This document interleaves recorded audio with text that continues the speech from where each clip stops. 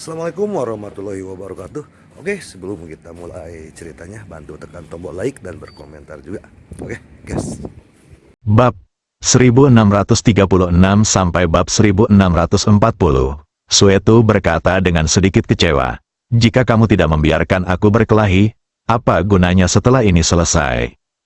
Li Fugui bersandar di sofa, setengah menutup matanya dan tersenyum. "Lupakan jika kamu tidak melakukannya lagi pula. Aku ingin pergi, aku hanya ingin kamu membuat mereka sakit setelah kamu meninggal." Suetu tersenyum dan berkata, "Oke, kenapa aku tidak pergi?"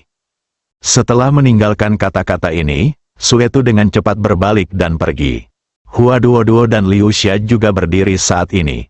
Dia berkata kepada Li Fugui, "Fugui, kami akan pergi berbelanja. Apakah kamu ingin ikut dengan kami?" Li Fugui menggelengkan kepalanya. Dia tidak ingin keluar dan berkeliaran. Ki Kuai Kui Xiao begitu sibuk hari demi hari sehingga dia bahkan tidak punya waktu untuk istirahat. Sekarang dia akhirnya memiliki properti sendiri di Jepang. Mengapa dia keluar dan menimbulkan masalah? "Silakan, aku tidak akan pergi. Aku ingin tidur." Ruangan itu dengan cepat menjadi sunyi. Li Fugui mengeluarkan batu yuan, memegangnya di tangannya, duduk bersila di sofa, dan mulai berlatih. Dia sekarang telah mencapai level Nas Chen Sol. Kecepatan penyerapan energi spiritual juga sangat cepat. Hanya saja Naihe belum menemukan rahasia untuk menembus tahap awal Yuan Ying. Tepat ketika Li Fugui sedang memikirkan cara mendapatkan terobosan. Tanpa diduga, tiba-tiba ada ketukan di pintu. Li Fugui menyingkirkan batu yuan. Dia bertanya dengan rasa ingin tahu di luar pintu.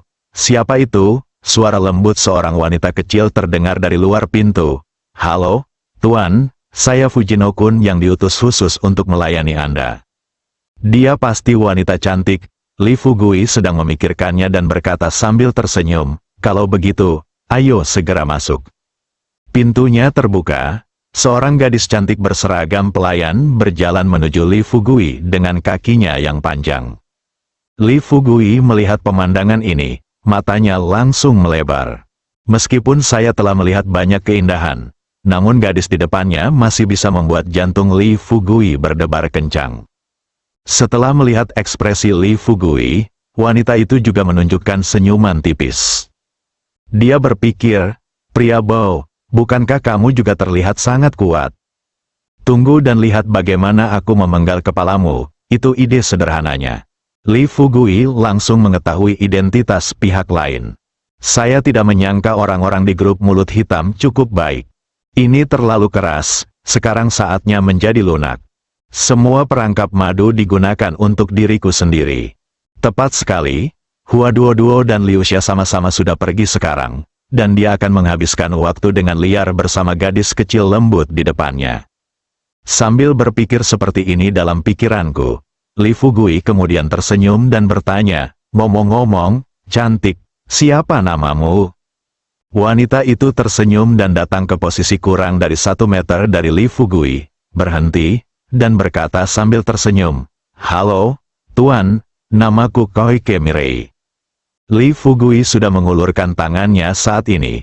Memanfaatkan situasi ini, dia menggendong Mirei Koike dan berkata sambil tersenyum, "Karena Fujino mengirimmu untuk melayaniku, menurutku kamu harus tahu apa yang harus dilakukan untuk melayaniku, bukan?" Mirei Koike mengangguk dan berkata, "Tuan, mohon bersikap lembut." "Nak, saya belum mandi." Li Fugui menjemput Xiao Chi Meili. Sambil berjalan menuju kamar tidur, dia berkata sambil tersenyum, "Ayo pergi, aku akan mengantarmu ke kamar mandi." Hasil dari Xiao Ike Mirei bisa dibayangkan. 2 jam penuh kemudian, Li Fugui berpakaian, menarik Xiao Chi Meili keluar. Mirei Koike pingsan. Dia berbaring di tanah, menatap pria di depannya yang bukan binatang, tapi lebih baik dari binatang, dan berkata dengan berlinang air mata, "Tuan, mengapa kamu melakukan ini?" Li Fugui berhenti berpura-pura ini waktu, menyalakan rokok, menarik napas dalam-dalam, dan berkata Xiao Chi Meili tersenyum dan berkata, "Haha, apakah kamu masih tidak tahu mengapa ini terjadi? Katakan padaku, bagaimana kamu menemukan tempat ini?" Dan, siapa yang mengirimmu ke sini? Menghadapi pertanyaan Li Fugui. Koike Mirei tersedak dan berkata, Tuan, saya tidak mengerti apa yang Anda bicarakan. Saya dikirim ke sini oleh Tuan Fujino, tapi saya tidak menyangka Anda akan begitu kejam. Li Fugui tiba-tiba menyembunyikan senyumannya wajahnya. Dia melangkah maju dan menjambak rambut Koike Mirei, dan sambil menyeretnya ke kamar tidur, dia bertanya dengan dingin, Apa? Kamu belum mengatakan yang sebenarnya, kan? Koike Mirei benar-benar ketakutan. Dia tidak takut dipukuli, bahkan tidak takut disiksa. Tapi Li Fugui memang brengsek, dia bahkan menggaruk telapak kakinya, dan bahkan menggunakan. Tidak, Li Fugui dengan santai mendorong Xiao Qi Meili menjauh. Berjongkok di depan pihak lain, dia melemparkan belati yang baru saja dia temukan dari Koike Mirei di sebelahnya dan bertanya, belati itu sudah jatuh dari tubuhmu. Ada apa? Kamu belum mengatakan yang sebenarnya, kan? Bibir Koike Mirei menggigil. Dia berkata dengan menyedihkan, saya berkata, tidak bisakah saya berbicara saja? Koike Mirei memberitahu Matsuno Mamiko bahwa dia dikirim untuk membunuh Li Fugui. Setelah Li Fugui mendengar apa yang dikatakan Xiao Qi Meili, dia bertanya kepada Mirei Koike dengan penuh minat, kamu baru saja mengatakan bahwa Matsuno Mamiko adalah pemimpin grup ke-6-mu. Mungkinkah ke-6 grupmu semuanya cantik sepertimu? Mirei Koike tersedak dan berkata, itu benar. Li Fugui tersenyum lebih bahagia dan bertanya dengan cepat, katakan secepatnya, ada berapa orang di grupmu? Koike Mirei berkata terus terang, totalnya ada 12. Jika Anda menambahkan grup kami, kalau panjang, ada totalnya 13. Li Fugui berdiri dan dengan cepat membantu Xiao Qi Meirei berdiri. Bahkan setelah pihak lain duduk, dia dengan serius kembali ke kamar dan mengeluarkan pakaian yang baru saja dia kenakan dan menyerahkannya kepada Xiao Qi Meirei. Ayo, pakai cepat kenakan pakaianmu. Kamu tidak memberitahuku bahwa kamu memiliki begitu banyak saudara perempuan. Yah, kamu bisa bergabung dengan geng Fugui kami. Jangan khawatir, aku tidak akan pernah membiarkanmu bergabung dengan kami. Itu terlalu berbahaya kamu untuk berpartisipasi dalam misi pembunuhan. Jika waktunya tiba, aku akan membukakan perusahaan untukmu. Perusahaan hiburan. Wajah Mirei Koike menjadi pucat dan matanya melebar saat dia bertanya, Hah? Perusahaan hiburan. Ini. Li Fugui sekilas tahu bahwa Koike Mirei telah salah memahami maksudnya. Dia tersenyum dan berkata, jangan khawatir. Yang saya bicarakan adalah perusahaan hiburan yang serius, bukan perusahaan yang bengkok seperti negara Jepang Anda. Sebenarnya, itu tidak mudah bagi Anda, wanita cantik. Anda bilang Anda berkelahi dan bunuh dia setiap hari, betapa menyedihkannya. Jika kamu membuka perusahaan hiburan dan menjadi bos dan menghasilkan banyak uang, bukankah itu lebih baik daripada berkelahi dan membunuh setiap hari? Orang yang penuh kasih sayang, selama kamu bergabung dengan geng kayak kami, aku tidak akan pernah memperlakukanmu dengan buruk. Bagaimana Xiao Qi Meili tahu apakah Li Fugui mengatakan yang sebenarnya? Dia hanya punya satu pikiran sekarang, yaitu meminta Li Fugui segera melepaskannya. Keluar saja dari sini, hanya dengan begitu dia bisa sepenuhnya melepaskan hatinya yang menggantung. Tunggu sampai Li Fugui selesai berbicara. Xiao Qi Meili dengan ragu-ragu berkata, Tuan, karena Anda adalah orang yang penuh kasih, bisakah Anda mengasihani saya dan membiarkan saya pergi dulu? Yang tidak disangka Koike Mirei adalah, Li Fugui menerima permintaannya. Dia benar-benar melambaikan tangannya dan berkata dengan wajah serius, silakan, ingatlah untuk menyampaikan maksud saya kepada pemimpin tim Anda.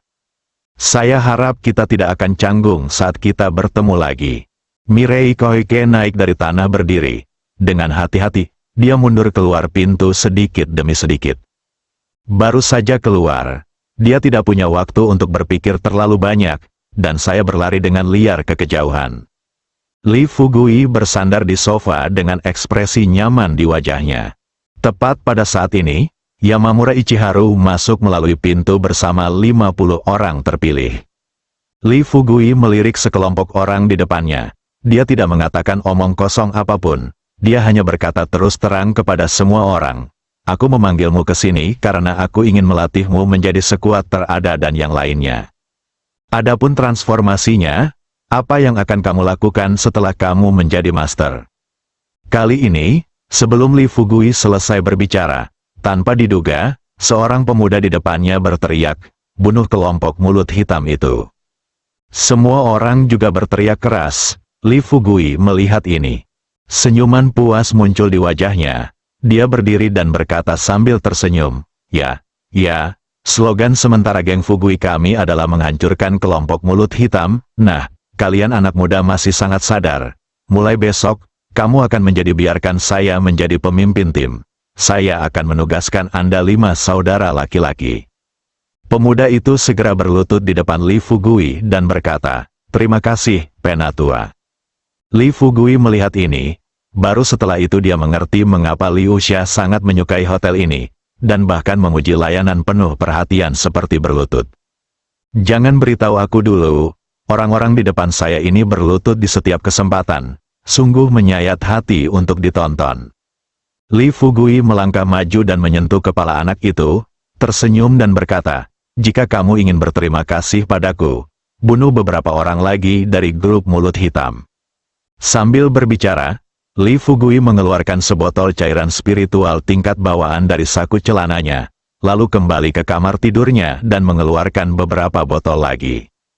Dia menuangkan semua cairan spiritual yang dia bawa ke dalam gelas air, dan kemudian menyerahkannya kepada sekelompok pemuda di depannya. "Di sini, kalian masing-masing dapat menyesapnya, tidak lebih. Setelah kalian meminumnya, duduklah bersilang berkaki di tanah untukku." Waktu berlalu, keesokan paginya, markas besar grup mulut hitam. Nakai Chunlai baru saja tiba di pagi hari.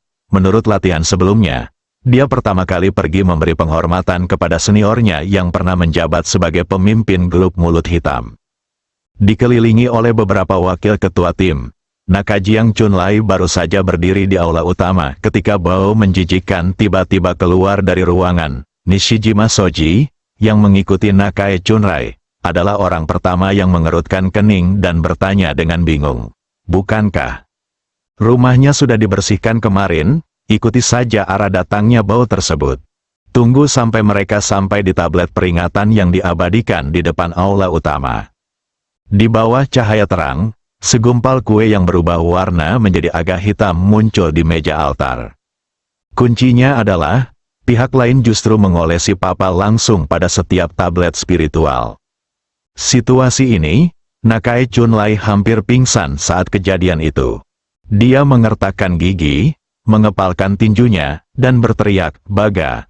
Baga!" Suara gemeretak terdengar tanpa henti di aula utama. Di luar pintu, banyak saudara di kelompok Heiku maju untuk menonton karena penasaran. Ki Kuai Kuo Zong Jiang Chunlai berbalik dan berteriak dengan marah ke pintu, "Kemarilah, temukan orang yang bertugas yang bertanggung jawab untuk tinggal di sini tadi malam." Kemudian dua adik lelaki keluar dari kamar dengan gemetar. Nakai Chunlai sangat marah sehingga dia bergegas ke depan, menjambak bulu anjing itu, menariknya ke depan tablet spiritual, lalu menekan kepala anak itu, "Makan dia. Dan kamu juga, kemarilah dan jilat sampai bersih." Itu dua pengawas grup mulut hitam tidak punya pilihan selain mengikuti. Mereka melakukannya untuk tetap hidup. Anda hanya bisa melakukan apa yang dikatakan Chunlai Nakai. Tidak lama kemudian, Nakai Chunlai membawa keempat wakil ketua tim ke kamarnya dengan marah. Dahinya ditutupi garis-garis hitam dan dia bertanya, "Katakan, siapa yang melakukan ini?" Saat ini, Mai Sekia sudah mengambil video pengawasan dari ruang pengawasan. Buka dengan cepat, semua orang berkumpul untuk menonton bersama. Setelah membaca ini, Nakai Chunlai terkejut. Siapa orang ini? Mengapa dia bisa begitu cepat? Endo Chanaan berkata dengan hati-hati saat ini, bukankah ini manusia? Kecepatan manusia sama seperti kita. Para ninja tim pembunuh tidak secepat itu.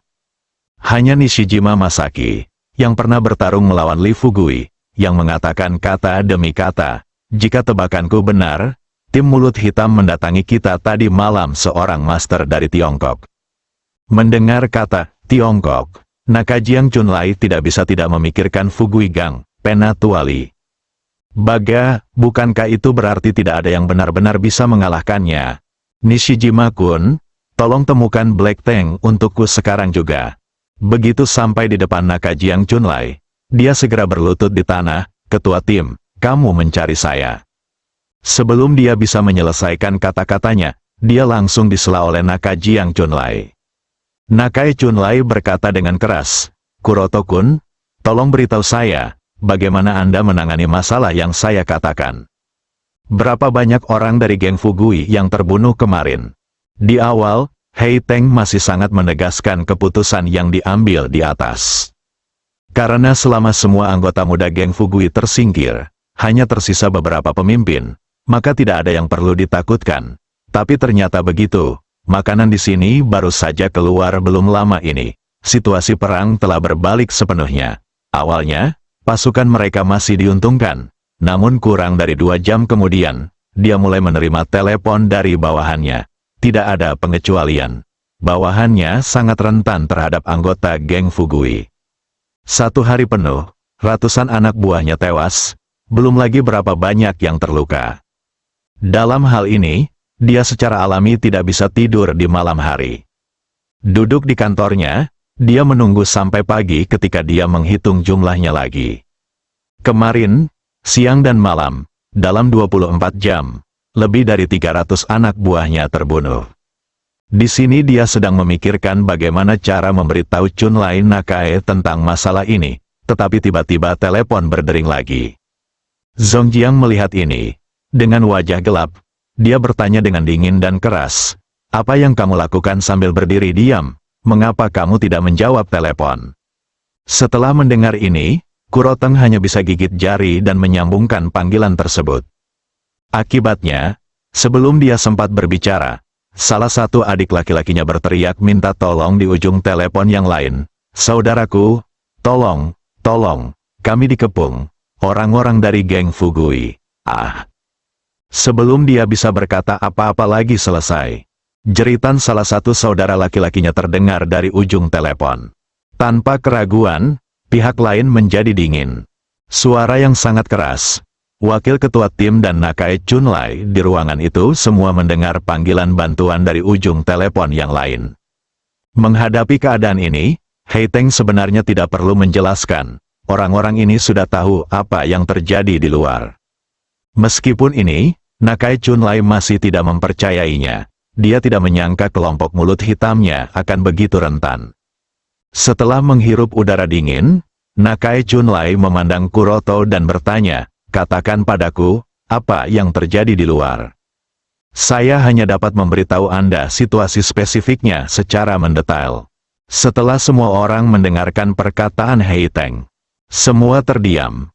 Mereka tidak menduganya. Sebuah geng yang baru berdiri kurang dari seminggu mampu menindas grup Heiku mereka. Sebuah geng yang telah berdiri selama ratusan tahun, hingga menjadi seperti sekarang. Nakajiang Chunlai bukan lagi orang jahat, karena dia tahu. Sekarang bahkan jika Anda mengangkat lama dan meneriaki Baga, itu tidak akan membantu.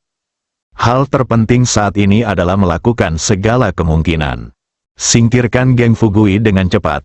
Beritahu tim pembunuh dan minta semua anggota tim pembunuh untuk diberangkatkan. Biarkan mereka menangani anggota biasa geng Fugui terlebih dahulu. Keputusan yang dibuat oleh Nakai Chunlai ini mengejutkan wakil pemimpin yang hadir. Sesuai dengan rencana sebelumnya, anggota biasa grup mulut hitam berurusan dengan anggota biasa geng Fugui. Tim pembunuh harus berurusan dengan Li Fugui dan pemimpin geng Fugui lainnya. Mereka mengaturnya seperti ini, padahal, yang terpenting adalah menghemat uang dan meningkatkan efisiensi. Lagi pula, ketika tim pembunuh diberangkatkan, subsidi untuk setiap operasi saja mencapai ratusan ribu, atau bahkan hampir 1 juta. Kalau anggota biasa keluar, tidak ada subsidi sama sekali. Sekarang jika tim pembunuh ingin menyerang anggota biasa geng Fugui, mereka harus mengeluarkan sejumlah uang yang tidak diketahui hanya untuk subsidi. Sambil berpikir seperti ini dalam pikirannya, Nishijima Soji berkata dengan hati-hati, ketua tim, seluruh tim pembunuhan akan diberangkatkan. Jika waktunya tiba, subsidi akan diberikan. Bagaimana Nakai Chunrai bisa peduli dengan hal ini sekarang? Semua orang datang ke aula utama markas grup Heiku mereka. Jika hal semacam ini tidak bisa diselesaikan dan terus berkembang sesuai tren saat ini, bisa jadi kelompok mulut hitam mereka benar-benar akan terjerumus ke dalam bencana. Lebih-lebih lagi, hal-hal seperti subsidi diputuskan oleh ketua tim. Sebelumnya, keputusan tersebut diambil hanya untuk memotivasi orang-orang tersebut agar menjadi lebih kuat, dan juga untuk mempertahankan bakatnya. Sekarang kelompok mulut hitam banyak diintimidasi. Anggota tim pembunuh ini juga harus melayani kelompok mulut hitam secara gratis. Oke, beritahu pemimpin tim pembunuhan bahwa tidak akan ada subsidi untuk operasi ini. Jika ada di antara mereka yang tidak mau melakukannya, mereka harus meninggalkan tim Heiku sesegera mungkin. Nakai Chunrai berdiri dan berjalan menuju pintu. Berbicara tentang Li Fugui, setelah Hua Duoduo dan Liu Xia kembali tadi malam. Kedua gadis itu baru saja memasuki kamar tidur. Aku mencium aroma parfum yang kuat, dan rasa ini. Itu tidak datang dari mereka berdua, bunganya penuh perhatian. Setelah diamati dengan cermat, dia masih memperhatikan sesuatu yang aneh, dan melihat Li Fugui dengan puas bersembunyi di balik selimut dan melambai kepada mereka berdua. Hua Duo memimpin dan bertanya dengan cemberut, katakan padaku, berapa banyak wanita yang datang ke sini malam ini? Li Fugui merasa gugup dan bertanya dengan cepat, hah, bagaimana kamu tahu bahwa wanita datang ke sini malam ini? Mengambil rambut panjang, lihat ini dulu, menurutku rambut ini bukan milik kita berdua, kan? Li Fugui tahu bahwa dia tidak bisa menyembunyikan hal semacam ini. Jadi dia bercerita tentang Mirei Koike yang datang untuk membunuhnya.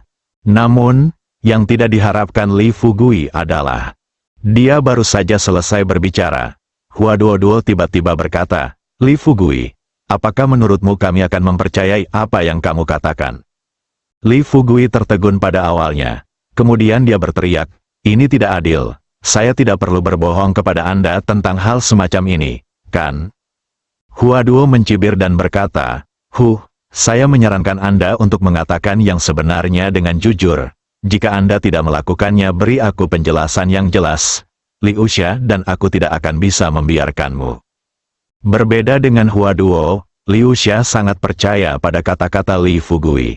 Alih-alih marah, dia menoleh ke Hua Duo dan membujuknya. Duo, menurutku Fugui tidak berbohong.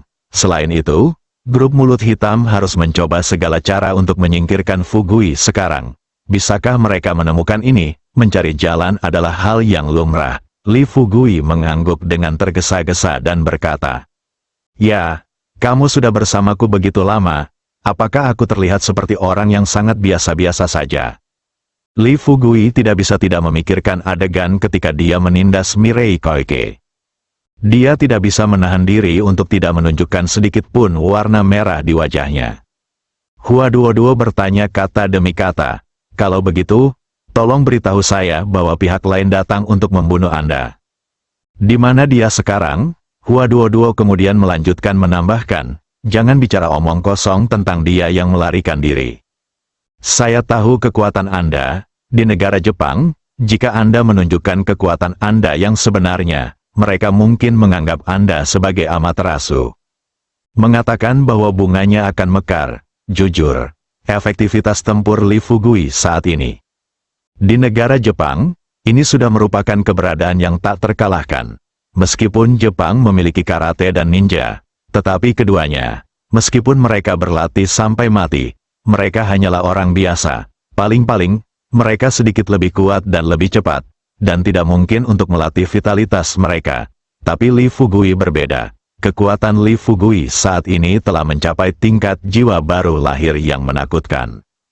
Seorang master level ini tidak akan berani menyebut angin dan hujan.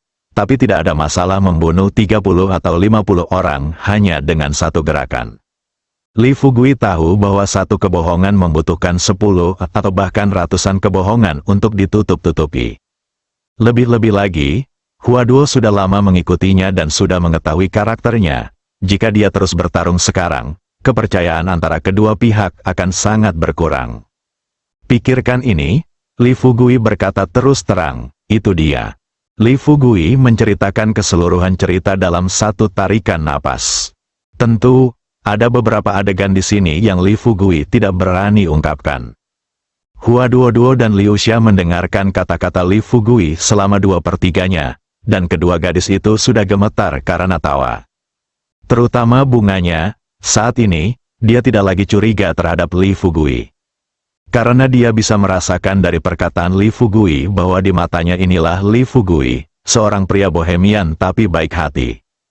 Li Fugui memukul saat setrika masih panas, melangkah maju dan menarik Hua Duo. Keesokan harinya tiba, Li Fugui masih tidur di pagi hari. Tanpa diduga, San Kun dengan senang hati datang untuk melaporkan situasi pertempuran segera setelah musim semi tiba. Li Fugui mengusap matanya, melihat Hua Duoduo dan Liu Xia sudah bangun dan pergi, dia langsung membiarkan San Kun Yichun masuk. Yamamura Iharu baru saja masuk dari kamar dan dengan gembira menceritakan apa yang terjadi tadi malam. Tunggu hingga orang lain selesai berbicara. Li Fugui tersenyum dan berkata, sekarang teleponlah saudara-saudara untuk memberitahu mereka bahwa kita memiliki hari libur hari ini dan semua anggota geng Fugui harus tinggal di rumah. Li Fugui mengetahui hal itu di dalam hatinya. Meskipun geng Fugui mereka kini telah melatih sekelompok master. Namun kebanyakan orang hanyalah orang biasa. Kelompok mulut hitam berbeda. Ada ninja di kelompok orang ini. Jika para ninja ini mengambil tindakan, mereka pasti akan menderita kerugian. Meskipun bawahannya semuanya orang Jepang, dan mereka akan mati ketika mati.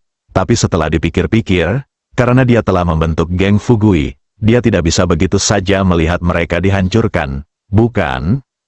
Iharu Yamamura jelas tidak mengerti keputusan Li Fugui.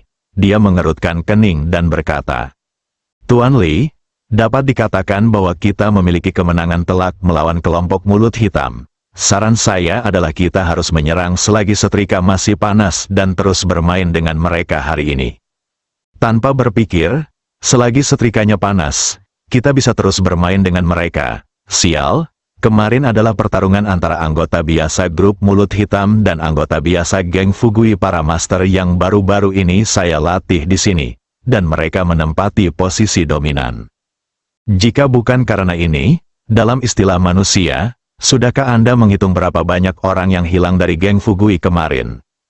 Tetapi hari ini berbeda kekalahan berturut-turut kelompok Heiku, mereka pasti akan mengirimkan ninja mereka untuk membunuh kelompok tersebut. Bagaimana menurutmu? Apakah saudara-saudara di geng mampu melawan ninja dari kelompok pembunuh mulut hitam, mengatur personel untuk terus menjalankan misi kemarin? Yamamura Ichiharu tiba-tiba tersadar. Dia mengangguk cepat dan berkata, apa yang dikatakan Tuan Li masuk akal. Kamu masih pintar, tapi...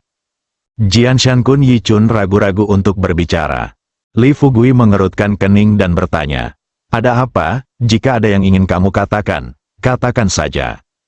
Yamamura Yichun berkata dengan sedikit malu, saya khawatir saudara laki-laki saya ingin menghasilkan uang dan tidak mau mendengarkan saya.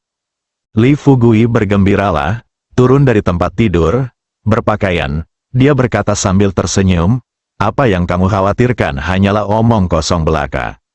Maukah kamu menambahkan pemberitahuan bahwa mereka yang keluar untuk melakukan tugas hari ini tidak akan dibayar sepeser pun? Yamamura Ichiharu menamparkan keningnya sendiri. Dia buru-buru tersenyum dan berkata, hei, bagaimana saya bisa melupakan ini?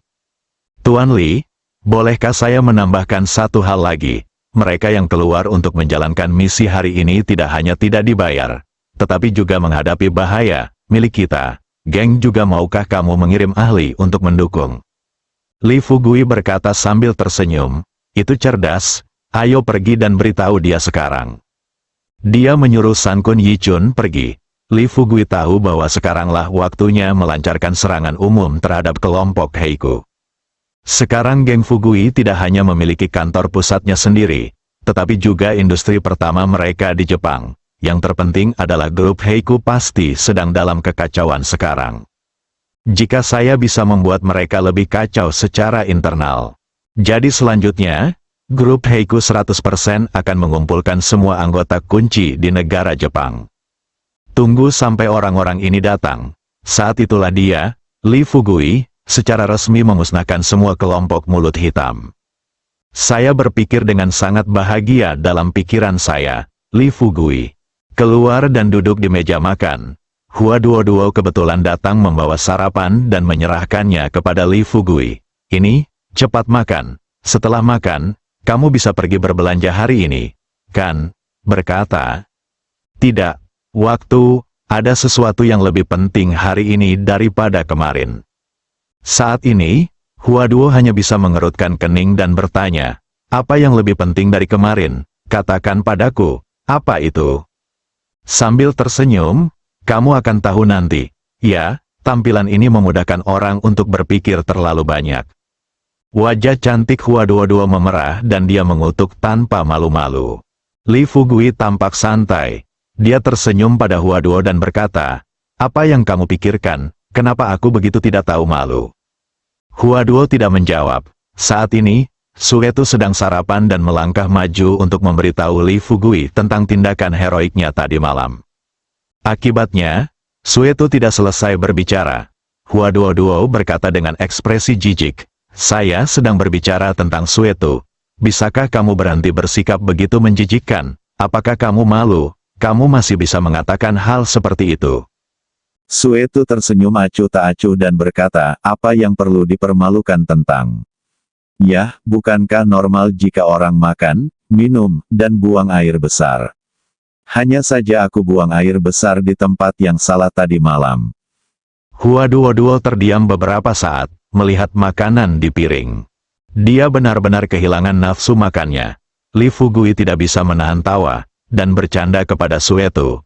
Apakah menurutmu pemimpin kelompok mulut hitam akan sangat marah hingga dia akan muntah darah jika dia melihat benda ini? Hua Duo memandang Li Fugui dan mereka berdua tampak acuh tak acuh. Dia langsung bangun dan berjalan menuju ruang tamu dengan sarapan. Setelah 1 jam, beberapa orang sedang duduk di ruang tamu. Li Fugui mengeluarkan ponselnya dan menelepon Zhang Jingjing. Setelah keduanya bertukar beberapa kata, Li Fugui kemudian menyatakan tujuannya. Setelah Zhang Jingjing mendengarkan, dia berkata dengan malu-malu, Kapten, saya khawatir saya tidak dapat melakukan ini sendirian. Li Fugui tidak peduli apakah Zhang Jingjing menyelesaikan masalah ini sendirian atau menemukan tim untuk menyelesaikannya. Miliknya di sana hanya satu tujuan, yaitu untuk secara langsung mengalahkan sistem jaringan dari 3 industri di bawah grup Heiku. Jingjing, aku tidak peduli berapa banyak orang yang kamu gunakan untuk masalah ini, dan siapa yang kamu rencanakan untuk gunakan. Aku hanya punya satu tujuan, dan itu adalah untuk mengalahkan sistem mereka dan mentransfer dana mereka. Memberimu adalah suatu hari. Setelah 1 hari, saya harap Anda bisa menyelesaikan ini. Li Fugui jarang berbicara dengan Zhang Jingjing dengan begitu serius. Setelah Zhang Jingjing mendengar nada kata-kata Li Fugui, dia menyadari betapa pentingnya masalah ini bagi Li Fugui. Setelah beberapa detik hening, tanpa diduga, Zhang Jingjing berkata kepada Li Fugui dengan serius, Kapten, dalam hal ini, saya bisa melakukan ini, tetapi pada saat yang sama, saya punya permintaan. Setelah mendengar ini, Li Fugui bersumpah, jika Anda memiliki permintaan, silakan tanyakan sekarang, selama itu masih dalam kemampuan saya berjanji untuk membantu Anda melakukannya. Zhang Jingjing terkikik dan berkata, jangan khawatir, Kapten, masalah ini itu mudah bagimu untuk melakukannya. Li Fugui juga sedikit penasaran dan bertanya, katakan padaku dulu, apa itu? Zhang Jingjing berkata terus terang, saya pikir kamu bisa melakukannya lain kali kamu pergi menjalankan misi aku bersamamu. Li Fugui merasa sedikit malu, meski tidak sulit mendatangkan Zhang Jingjing. Tapi nada bicara gadis itu tadi agak aneh, tampaknya. Dia sepertinya ingin bersamanya juga, namun sekarang bukan waktunya membicarakan cinta antar anak. Lagi pula, bisakah kita memenangkan grup kulit hitam kali ini dalam waktu kurang dari setengah bulan? Kemenangan atau kekalahan bergantung pada ini. Jika masalah ini selesai, maka mereka dapat terus menangani Paviliun Tianma dan Gerbang Guangming. Namun jika gagal, mereka mungkin tidak tahu berapa lama mereka akan tinggal di Jepang. Zhang Jingjing melihat Li Fugui tidak berbicara untuk beberapa saat. Jadi dia bertanya, apakah tidak apa-apa? Jika tidak, lupakan saja. Li Fugui berkata dengan keras saat ini. Oke, tidak masalah. Saya setuju. Kata-kata yang kaya. Zhang Jingjing juga tersenyum dan berkata, oke, saya akan menyelesaikan tugas ini dalam 1 hari. Huaduo mau tidak mau mulai khawatir lagi. Ada ekspresi kesusahan di wajahnya. Dia berbisik kepada Li Fugui, Fugui, serangan peretas berskala besar seperti itu dapat dengan mudah mengingatkan rumah persembunyian Jepang. Jika rumah persembunyian Jepang mengambil tindakan saat itu, saya khawatir hal itu akan benar-benar menyebabkan perang antara kedua negara. Li Fugui bersandar di sofa, mengobrol dan tertawa, meskipun dia memiliki kemampuan untuk membunuh orang Jepang. Tapi tidak mungkin dia benar-benar membunuh semua orang di Jepang, bukan? Jika perang benar-benar pecah, mereka yang akan berdarah dan mati pasti adalah generasi muda Tiongkok yang penuh semangat. Untuk mengetahui, menundukkan pasukan musuh tanpa berperang adalah tingkat pertempuran tertinggi. Pikirkan ini, Li Fugui berkata terus terang kepada Huaduo. Haha, ini mudah ditangani. Paling buruk, sebelum Zhang Jingjing menyelesaikan tugasnya, tidak bisakah kita menjatuhkan kepala rumah persembunyian Jepang dulu? Liu Xia tampak terkejut saat ini. Tanya Li Fugui. Fugui, kita bisa menggunakan cara apapun untuk menghadapi geng Jepang. Tapi untuk menghadapi kepala rumah persembunyian Jepang, begitu hal seperti ini terungkap. Apalagi kamu masih menjadi kapten game ke-6. Bahkan jika Anda hanya orang Tionghoa juga akan mengangkat masalah ini langsung ke tingkat internasional. Pada saat itu, sebelum Liu Xia selesai berbicara, Li Fugui tidak bisa menahan tawa dan berkata, dengar, apa yang kamu bicarakan? Mengapa ini naik ke tingkat internasional? Oke, jangan khawatir. Saya tidak akan membunuh rumah persembunyian ini, Tuan. Huaduo juga bertanya dengan cepat, apa yang akan kamu lakukan? Li Fugui berkata sambil tersenyum, saya hanya ingin mereka menganggap saya sebagai amaterasu dalam pikiran mereka. Huaduo dan Liu Xia hampir terbunuh. Suetu sudah memahami pikiran Li Fugui saat ini. Dia buru-buru menyatakan dukungannya kepada Li Fugui. Haha, Kapten, jika Anda benar-benar berhasil dalam hal ini, mulai sekarang seluruh negara Jepang tidak akan percaya pada amaterasu, tetapi pada kekayaan. Li Fugui pun tertawa terbahak-bahak, berkata kepada Suetu, percaya pada kekayaan dan kehormatan, maka kamu akan mendapatkan hidup yang kekal, haha. Dibandingkan dengan China, jauh lebih mudah menemukan pemimpin besar di Jepang. Li Fugui tidak memimpin Suetu, Huaduo dan lainnya kali ini.